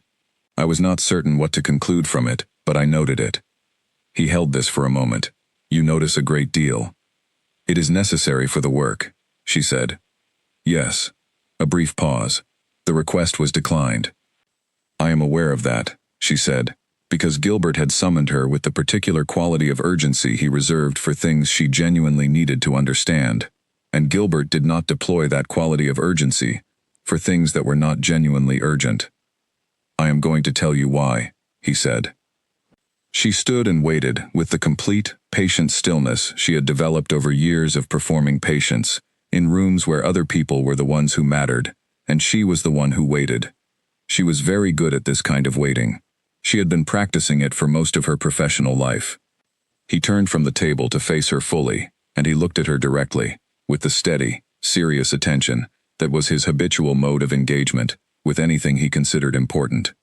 "There is something that has been present since shortly after you were reassigned to Lady Seraphine's personal service," he said. "Something I was aware of from early in that period, and made a deliberate choice not to act on, because acting on it would have been a significant disruption to proceedings that were already in motion, and that carry consequences for a great many people beyond myself. I told myself that this was the correct choice for a king to make. I told myself that a king manages his obligations before his personal circumstances, and that the wolf's recognition, however clear, was not sufficient grounds for unraveling something that had been carefully built by many people over a significant period of time. I am no longer entirely certain that was right." She breathed carefully. "Wolves recognize," he said, in the direct and deliberate way of someone who has decided that the only path through something honest is the straightforward one, without softening and without indirection. It is not arranged or decided or arrived at through any process of human reasoning. It is simply there, once it is there, and once it is there it does not become undecided. There is no process by which it can be reversed, because it is not the product of any process that could be run backward." He looked at her. "I recognized you. I recognized you within the first weeks of your reassignment, and I have been managing that recognition while proceeding with the formal arrangement, and I have been finding it increasingly difficult to manage." The fire burned at its low, steady level. The room was very still. She looked at him directly. She did not know when she had stopped looking at the middle distance and started looking at him, but she had, and she did not correct it. He was looking back at her. "I proceeded with the arrangement with Lady Seraphine," he said, "because I believe a king must be a king before he is a wolf. I have always believed that. The role carries obligations that precede personal circumstance, and I have tried to honor those obligations, even when honoring them cost something. I proceeded with the formal proceedings because the alliance is genuine, because the territorial implications are real, because many people in multiple territories worked in good faith to build something they believed served their interests. I did not want to unravel that." A pause. "I am finding that continuing to manage what I know, while proceeding as though I do not know it, has a cost I did not fully account for when I made the decision." She waited until she was certain he had finished. "What do you intend to do about it?" she asked. Something happened in the quality of the room, not physically, but something in the way he held himself, the same iron self-possession that had characterized him in every interaction she had observed, adjusted slightly. Something underneath it became briefly, carefully visible. Not collapsed, not broken, just visible, like a room where a window has been opened by a fraction, not enough to see what is outside, but enough to feel that the air from there is different from the air in here. "I am still determining that," he said. "The correct path forward requires careful thought about how to minimize the harm to people who acted in good faith, and that thought is not yet complete. But I am certain of one thing at this moment. Having you relocated to the outer grounds as a solution to a situation that is entirely not of your making is not acceptable to me. That much I have resolved. Whatever else I am still working out, that I am not." She held this. She turned it over in the careful, organized part of her mind, and she held it from several angles. "I understand," she said. He looked at her with the very slight quality of someone who had expected more words and received fewer, and was determining what to make of the economy. "That is your response," he said. It was not quite a question. "You said you are still working it out," she said. "I think that is a reasonable place for us both to be at the moment. I am also still working it out. I was not given advance notice that I would be required to work it out, and it is a significant thing to work out on short notice." Something happened near his eyes, not a smile, but the territory adjacent to one, briefly visible and briefly managed back behind the usual gravity. "You may go," he said. She turned toward the door. "Amara," he said. She stopped. "I have given Gilbert specific and direct instruction that your position at this estate is not to be altered in any way, by any means, for any reason, without my direct and personal authorization. You should have that information clearly and without ambiguity." She stood with her hand near the door handle, and she absorbed this, and she breathed in the careful way she had been breathing through difficult things for most of her life. "Thank you, my lord," she said. She opened the door and walked out. She walked the corridor back to her side of the estate with the quiet, even step she always used, and she went to her room, and she sat on the edge of her narrow bed in the dark, with Claire's quiet breathing behind her, and she let herself feel the full, complete weight of what had just shifted in the world around her. He had said, "I recognized you." He had said it the way he said everything, directly, with care, without softening it or framing it as something she might need protection from. He had said it as a fact, because it was a fact, and because he had apparently determined that she deserved to have it as a fact, rather than as an inference she had to construct from inadequate and confusing evidence. She had been seen, not as a servant, not as a role or a function or a variable in someone else's calculation. As herself, the actual, specific, particular person she was, seen and held in someone's awareness, specifically as herself. She had not known, until this moment, how long she had been going without that. She had not known, until she was given it, how much the absence had cost her. She sat with this for a long time in the dark. Then she lay down. In the morning, the tea would need to be made. The rooms would need to be arranged. The work would need to be done. She would do all of it. She would do it the way she always did. Correctly, precisely, without complaint. But she would do it knowing something she had not known when she woke up that morning. Something that changed the shape of everything around it, the way a stone dropped in still water changes the surface of every part of the water outward from where it falls.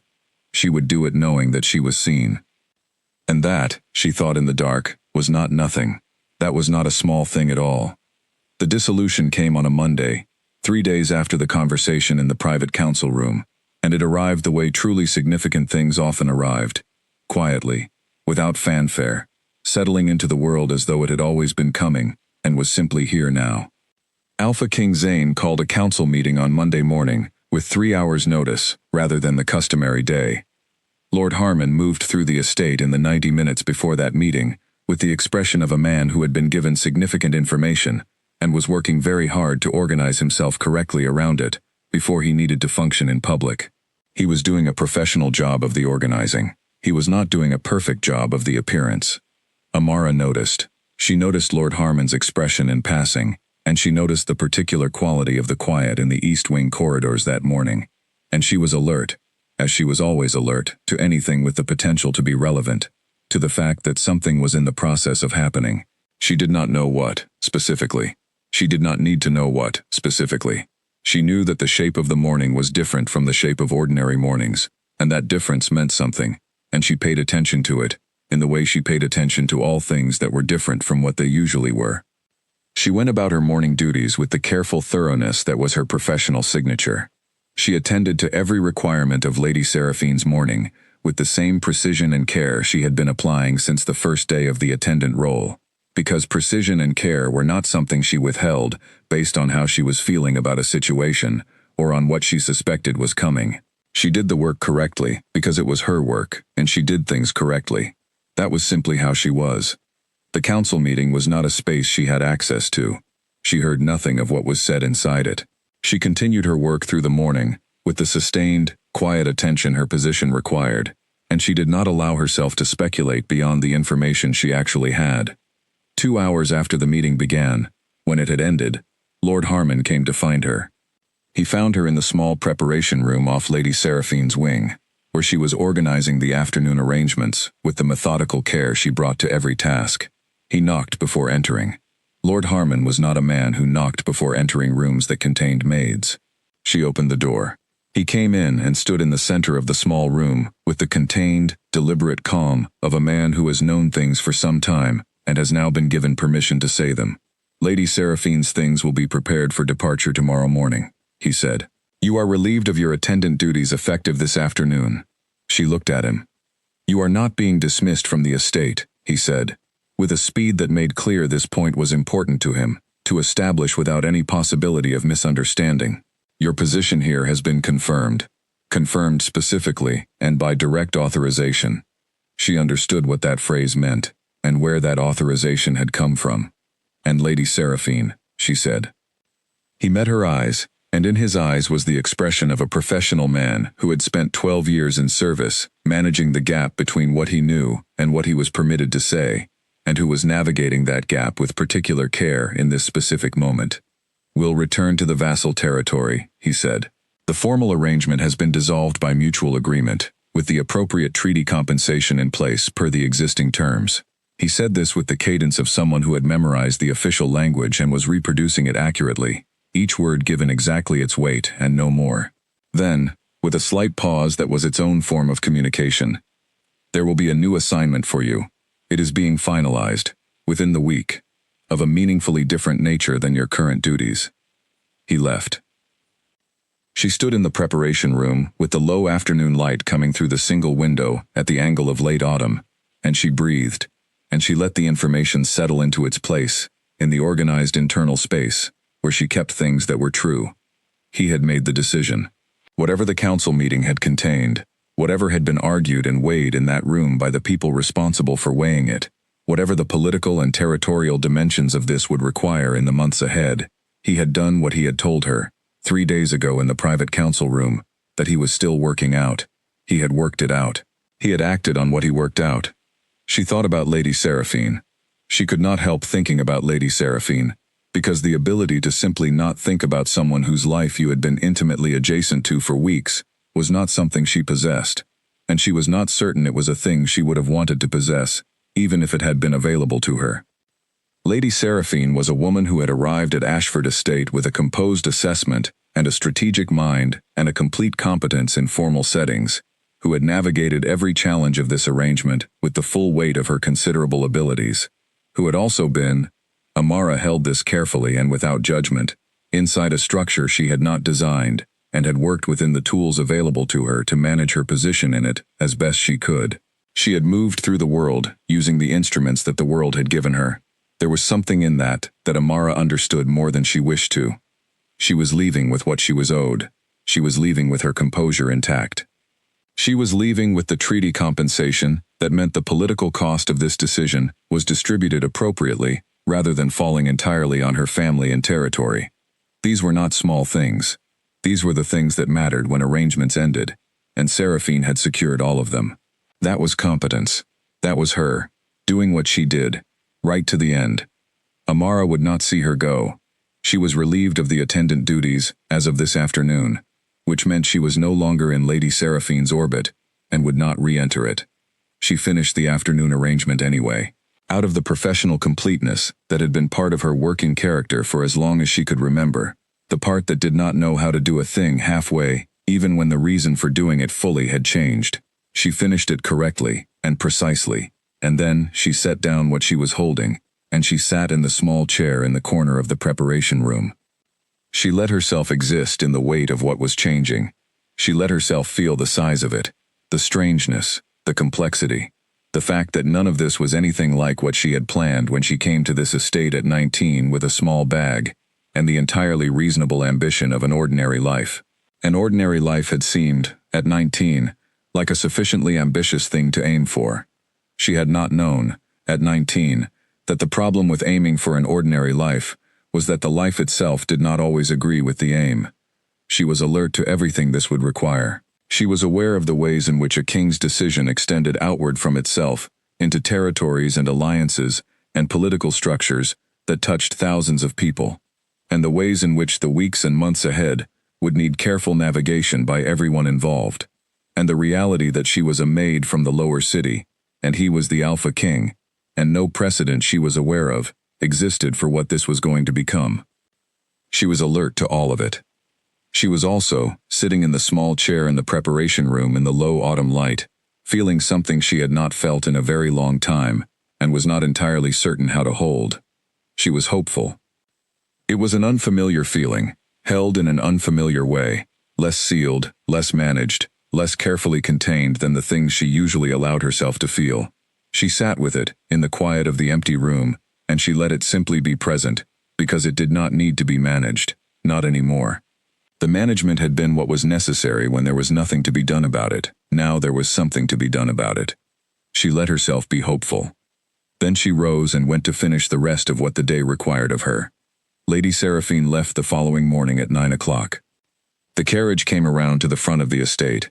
Her things had been packed by her personal staff, Eleanor and 2 others who had served her before the Ashford assignment, with the efficient care that characterized every logistical operation the estate undertook.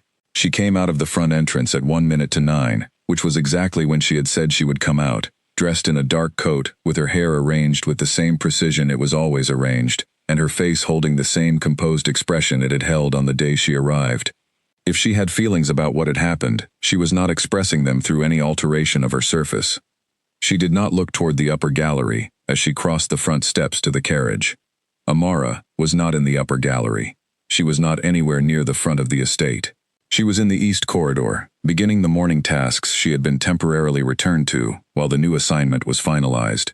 She was cleaning the baseboard, the same cloth, the same slow circles she had been making on the morning Lord Harmon's voice had come spilling out of a door and started the chain of events that had brought her to this morning.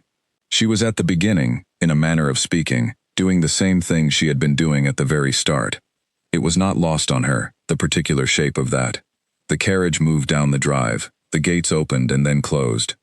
She heard later from Claire, who had watched from the laundry room window, because Claire had the gift of always being near a window when something significant was departing, that the carriage had moved down the drive at exactly 9 o'clock, that Lady Seraphine had entered it without pausing and without looking back, and that the gates had opened and then closed with the particular finality of a matter that had been concluded and would not be reopened.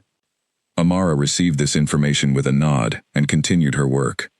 The estate settled into its day. The rhythm of it returned to something more familiar, the particular rhythm of a place that has housed a significant temporary arrangement and is now returning to itself, finding its own pace again after the adjustment of an outside presence. 200 people moving through their overlapping routines, the machine of the place running in its familiar way. 3 days later, Gilbert came to her room in the early evening, before she had gone to bed. Claire was there, reading in the lamplight, and she looked up with considerable interest when Gilbert appeared in the doorway. Gilbert appearing in the doorway of the room she shared with Claire was sufficiently unusual to warrant considerable interest. Amara stood and stepped into the corridor to speak with him, pulling the door partly closed behind her.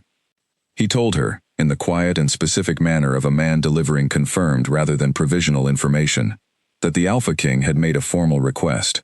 Her room was to be moved from the servants' wing to the household staff apartments in the central building, a different category of accommodation, befitting a different category of role.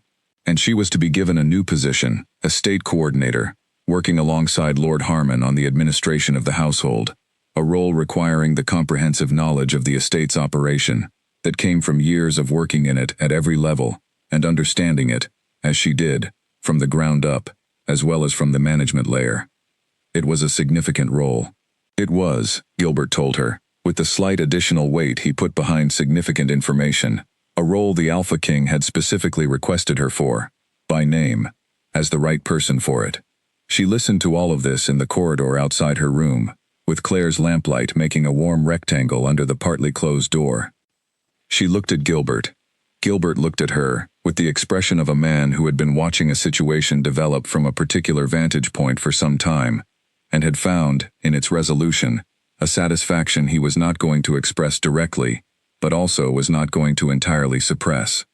12 years of careful observation had brought him to this corridor, and to this conversation, and he was not going to pretend that the destination was not one he had been, quietly and without any right to be, hoping for.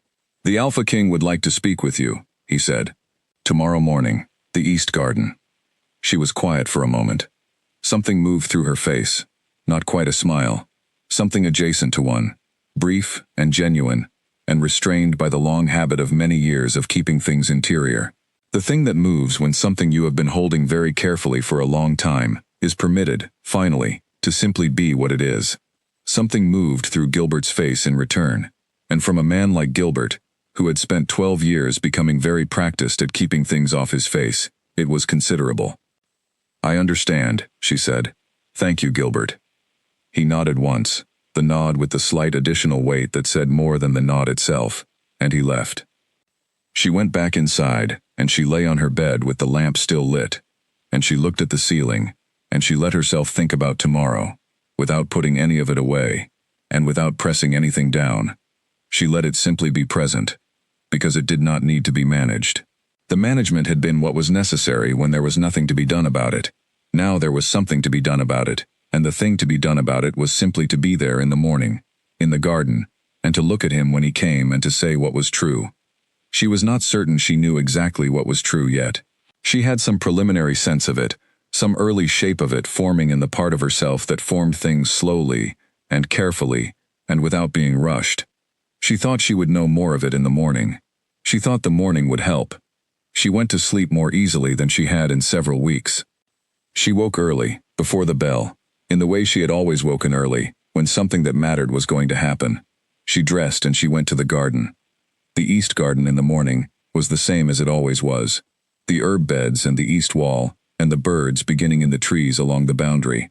The pale early light that made everything look washed clean and new for the brief period before the day arrived fully.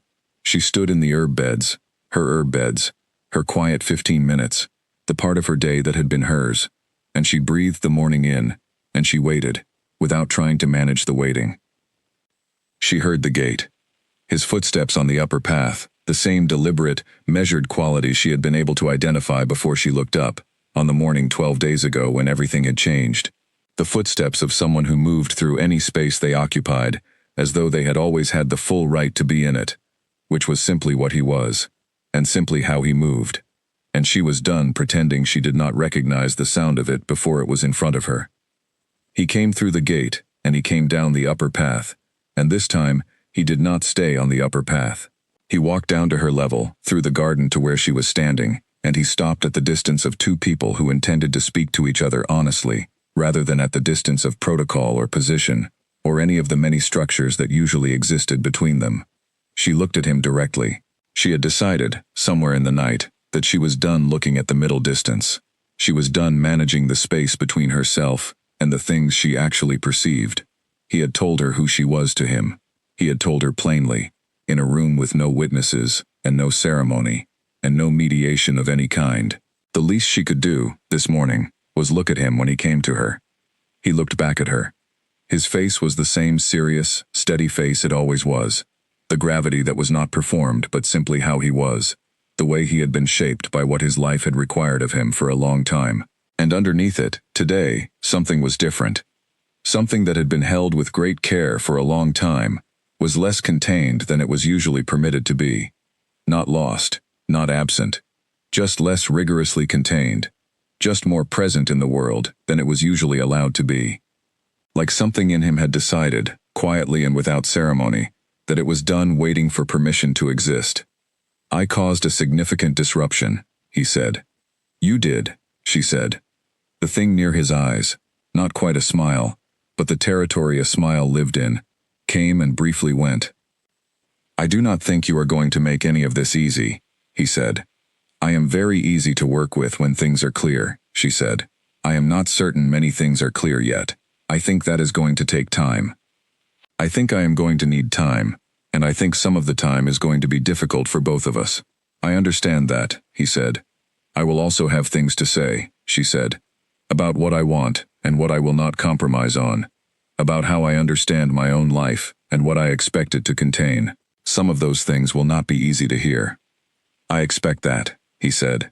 And then, with the quality she had heard in his voice in the private council room when he was being absolutely direct about something he had thought very carefully about, "I would prefer them to the alternative." She looked at him for a long moment in the early October morning, the pale light and the cold air, and the smell of the herb beds and the birds in the trees along the east wall, and the distant, ordinary sound of the estate beginning its day in all its familiar, unremarkable ways. She thought about who she was, the maid from the lower city, the daughter of a woman who had refused to be destroyed by the things that tried to destroy her, The person who had spent 3 years and 4 months building a quiet, contained, careful life at Ashford Estate, and who was now standing in the herb bed in that estate's garden in the early morning, having been recognized by the Alpha King of 6 territories in the particular way that wolves recognized, the way that could not be arranged or managed or contained or redirected by any human structure, however carefully built, or however long it had been standing. She thought about what she was going to say to him over the weeks and months ahead, the things she had told him she was going to say, the opinions about her own life that she had never been in a position to have out loud, the version of herself that had been sealed away and protected for so long that she was not entirely certain how to live as it openly. She thought about the size of what they were both going to have to navigate. She thought about all of it, the whole of it, clearly and without flinching. And then she said, "Then I am willing to try." He looked at her, and in his face was the thing she had not had a name for when she first perceived it. Underneath the gravity, underneath the control, underneath all the years of being a king before being anything else, the thing that looked like what it was, which was relief. The specific, complete, full-body relief of a man who has been carrying something very heavy for a very long time, and has finally, carefully, been given permission to put it down. She had not expected that from him. She had known he was powerful and controlled and fully formed in the certainty of who he was. She had not known there was something in him that had been waiting, as something in her had been waiting, to simply be allowed to exist without being managed. She understood that more than she had words for. She understood it, in the place where she kept the things that were true before they were speakable, the place that had been sealed and protected for so long that she had sometimes forgotten it was there. They stood in the east garden of Ashford Estate on a Tuesday morning in October, in the pale and ordinary light, and there was nothing ceremonial about it, and nothing arranged and nothing formal, and no one watching. Just 2 people in a garden, just the morning, doing what mornings did. "I suppose," she said, "we should begin." He looked at her. And then Alpha King Zane, who was, in Gilbert's 12 years of careful and patient observation, a man who had never once in those 12 years been seen simply present without containing something, who had managed every weight of his rule and every difficulty of his life with the same iron, practiced, absolute self-containment, smiled. Not the managed expression of a public occasion, not the controlled acknowledgement of a formal moment, calculated to give exactly the impression that was useful to give.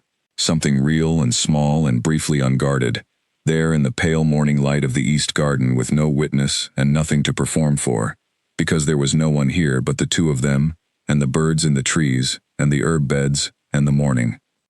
It was, Gilbert would have noted if he had been there to see it, and he was not there, because Gilbert understood which things were not for him to observe, and 12 years of service had given him a very thorough knowledge of which things those were. The first time, in 12 years. Outside, the groundskeepers arrived at the gravel paths and began their morning work with the dry, rhythmic sound that Amara had been hearing since her first morning at this estate. The kitchen fires were lit, and the smoke began to rise from the chimneys at the estate's western end. The estate moved into its day, the way it always moved into its day, 200 people doing what they always did, the machine of the place running in its familiar, continuous, unhurried way.